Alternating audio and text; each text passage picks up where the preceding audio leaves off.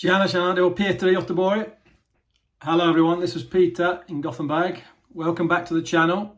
I'm the most infrequent YouTuber there is probably, but I was thinking the other day, considering how things have gone, if you've clicked on this video, then you probably have issues with your hips or hip or both hips, and you may be thinking about trying to fix it, or I've already fixed it and I'm looking for some more information.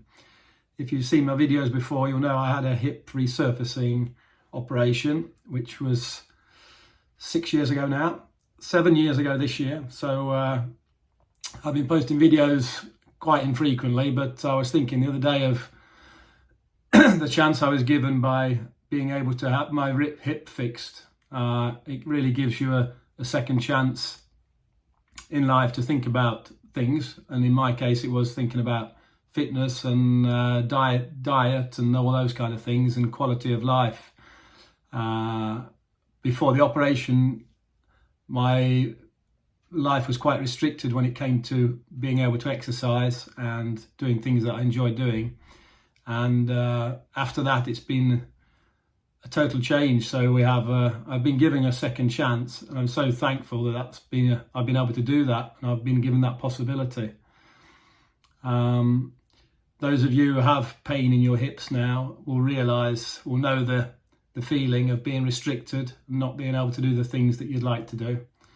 And really, if you're only in the middle of life, as I was, then the thought of being in that situation in a long period is not very nice.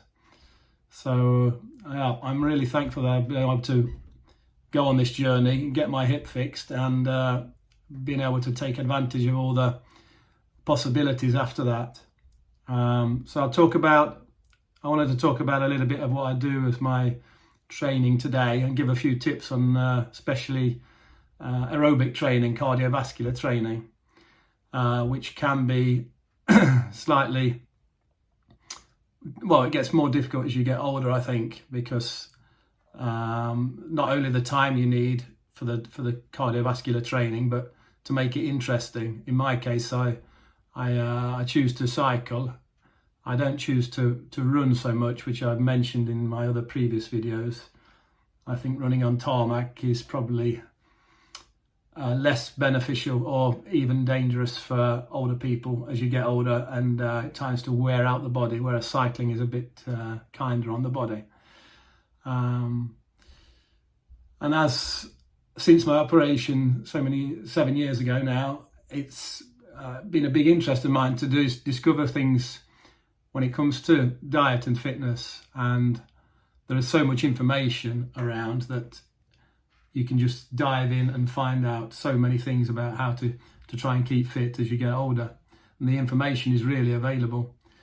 The first thing I noticed is that I needed to forget everything that you think that you know about fitness and training and diet, and start from the beginning. There's so much new information that keeps coming out, and new research and everything, that it can be quite overwhelming, but it's very interesting at the same time. There is a measure that says that fitness, or cardiovascular fitness, is the biggest marker for longevity. So if you are fit and have a good cardiovascular fitness, that beats everything when it comes to being able to judge length of life and quality of life. And it's very interesting because you can measure cardiovascular fitness by taking a test, or by just having one of these smart watches that measures all your movements every day. These watches even record how much you breathe, and how many steps you take, and how your heart beats, and every breath you take, and every step you take. So yeah, if you get one of those, you can actually measure how fit you are. It's a measurement called a VO2 max, which is the volume of oxygen your body uses when it's training, and how well it utilizes the oxygen that's coming in. Now, you can take a proper test. I've done this in a lab as well. So where you have a mask on, and you go maximum on a bike or on the treadmill, and you can measure your VO2 max. But that I found that these watches, this is a Garmin, and it's very accurate, so it correlates with the actual lab test, and that's interesting because, like I said, that's the biggest marker that they have found to indicate quality of life. Of course, the most common diseases these days, or cause of death, is heart disease. So condition training is really good for your heart, and yeah, a good marker to measure yourself by. Now, there's also weight training is also good, of course. Keeping up strength in your body is very important, especially as you get older and you lose muscle. It's very good to maintain muscle mass, to protect your joints, and to protect yourself if you're in certain situations. But yeah, so weight training is good as well. Cardiovascular training can be a bit of a challenge because it can be quite monotonous at times. The easiest form is just to go out walking, and if you want, these watches can measure how many steps you do, or a phone can measure how many steps you do a day, and everybody should be doing 7,000 or 8,000 steps a day, and even more, and that's the easiest way to keep up. That does affect your VO2 max, even though it's low energy, even though it's low condition training. It's called zone 2 training, where you have a low pulse rate, but it's even beneficial for your VO2 max. And then if you mix that with some training sessions during a week where you're doing high intensity, where you're coming up to zone 4 or 5 on your heart rate zones, then that's even more beneficial. So a mixture of those two is good. Obviously, if you're going to do high intensity training, then there are different methods of doing it. You can combine it with doing short 30-minute interval passes at the gym, or you can do cycling or running or rowing machines. I found an app.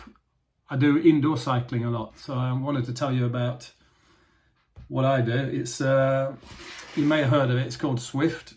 I don't know whether many of you have seen it before. This is the view when you're cycling. This is the iPad, and you're cycling groups. So all these people are live on the web at the moment, cycling in a group at a certain pace. There's lots of functions on there, so I'll take you down in the garage later and show you my setup. I found this very good way of making circuit train or cycling a lot more interesting, even in the winter time. At the minute we have bad weather here in Gothenburg. It's snowing most of the time, icy, you can't go out cycling, so it's a good way to keep up condition training during the winter and even during the summer. The advantage with being on Zwift is that you can control your pulse rate all the time, so you can do both interval training and then static state cardio as well as zone 2 training. So you can just set your training up how you want to, which gives you, and you can control it, so you can always control your heart rate in a different way as if you're out on the road.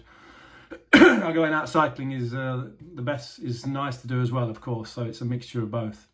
But I can show you my setup. So we're going to the garage. As you can see today, the weather is not so good. This is the patio. We've had snow all night, so let's have a look around. Here's the setup in the for the Zwift. This is my road bike. It's a cyclocross machine, so it's got wider tyres on. I normally go like gravel riding, and it's just basically locked into a cycle trainer. This is the Tax Vortex model, and it's got like a Bluetooth function, so there's no cables on it. It's just clipped in, and the back wheel goes onto the roller at the back, and it gets a signal into your iPad, which I have there on the bike. So one thing you do need is a pulse band. So once you got that on, you're all set, good to go. You can connect to the game and cycle a little. So let me put it pulse band on, and we can get some cycling, and we'll do some bit of cycling. I'll show you what happens. The most important thing when you're training in the garage, get some music on. So we're up and cycling now on the bike. I got my pulse band on. This is the first page on the Zwift game. So this is my identification.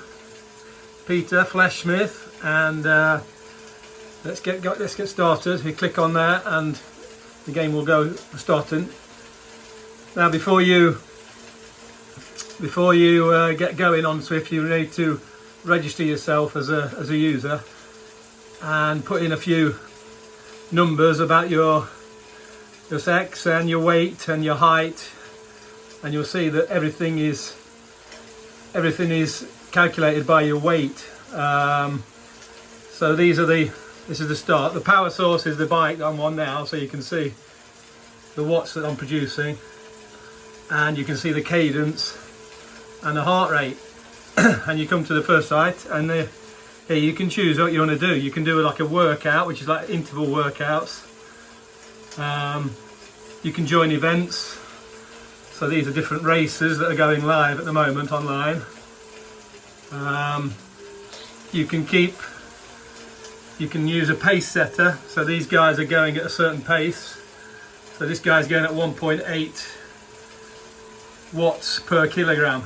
So everything's worked out regarding your weight and how many watts per kilogram, which is what everything is worked out from. If we go up to the top here, we can see the different places. These are just a list of different places where you can cycle. So today we got Watopia, London and Yorkshire. So Watopia is the Zwift's own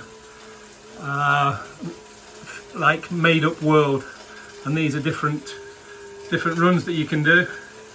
You've got certain distances, you've got a certain amount of elevation, and expected time. So if we just choose the first one there, the volcano circuit, is quite flat. It's only 28 meters elevation. The distance is 5 kilometers. So that's like a beginner's run. And as you get down the list, they generally get tougher, longer, with more elevation.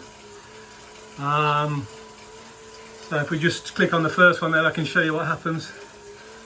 So this is the route, comes up on the right. We start the ride, and in a moment we'll be in the virtual world of Zwift.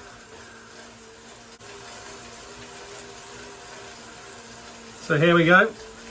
We're in on the first circuit there. At the top there you can see the distance you've travelled and the time in the middle at the top. On the right hand side, and all the people you see here, they're all live online now cycling. So on the right hand side you can see people who are close to you, and there's me in the middle, Peter Flesh Smith, and how many watts per kilogram I'm pumping at the moment. I'm just pedaling around slowly now. So all these people are close by, either in front or behind me. And at the top left you can see how many watts we're doing at the moment. The cadence 67 and my current pulse rate, which is 90. So with this system you can keep at a certain pulse rate, which is a big advantage of cycling indoors. You can do different workouts at different pulse rates. You can do interval training, and it's very easy to log. And after every race they save the information, and the information is connected to my Garmin Connect, so you can save every ride you do in Garmin, which is good if you like statistics and keep following up on what you've been doing and how active you've been. Well, that was a quick look. There might come some more videos regarding Zwift. It's a fun way of making cardio training a little bit more fun, rather than going out on the road on your own. It's like a small community really, and you can connect with people and text each other while you're riding, and also get a really good workout at the same time, nice and safe inside. Take it easy, all the best.